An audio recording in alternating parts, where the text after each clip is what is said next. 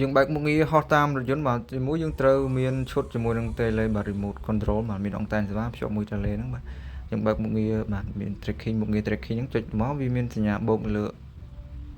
វត្ថុឬក៏ទៅកន្លែងណាដែលយើងចង់ tracking បាទ tracking រថយន្តយើងចុចលើហ្នឹងមកចុច active track តោះយើងយកទិសដៅឲ្យវាហោះពីមុខពីក្រោយចំហៀងបាទយើងចុចពីក្រោយទៅវាហោះតាមពីក្រោយផ្លូវបត់បែនបែបម៉េចបាទក៏វានៅចាប់បានល្អដែរបាទសម្រាប់ Neo 2 នេះបាទយើងចង់ឲ្យវាហោះមកខាងមុខវិញបាទពេលចេញ low battery យើងកុំចុច confirm មកយើងត្រូវចុច cancel ទៅយើងចុច confirm វាទៅទីតាំងដើមដដែលយើងហោះដំបូងបាទយើងចុច cancel មកយើងចុះវាដល់ផ្ទាល់បាទពីកាមេរ៉ាវិញច្បាស់ល្អបាទនេះ tracking យើងបត់មកផ្លូវបើឃើញវា tracking បត់ទៅតាមដែរបាទផ្លូវបត់មែននិង sensor lidar sensor 360 degree ការពីបុកប៉ះបានល្អបាទហើយមានការពីស្លាបពីមកជុំ360 degree តំណងច្បាស់ល្អមកគុណភាព quality វាបាទបើសិនជា portrait អានេះ portrait បើសិនជាវីដេអូផ្ដេកធម្មតាវិញ 4K 60 frame ហើយយើងថតបានដល់ 2K ទេបាទ portrait 2K 50 frame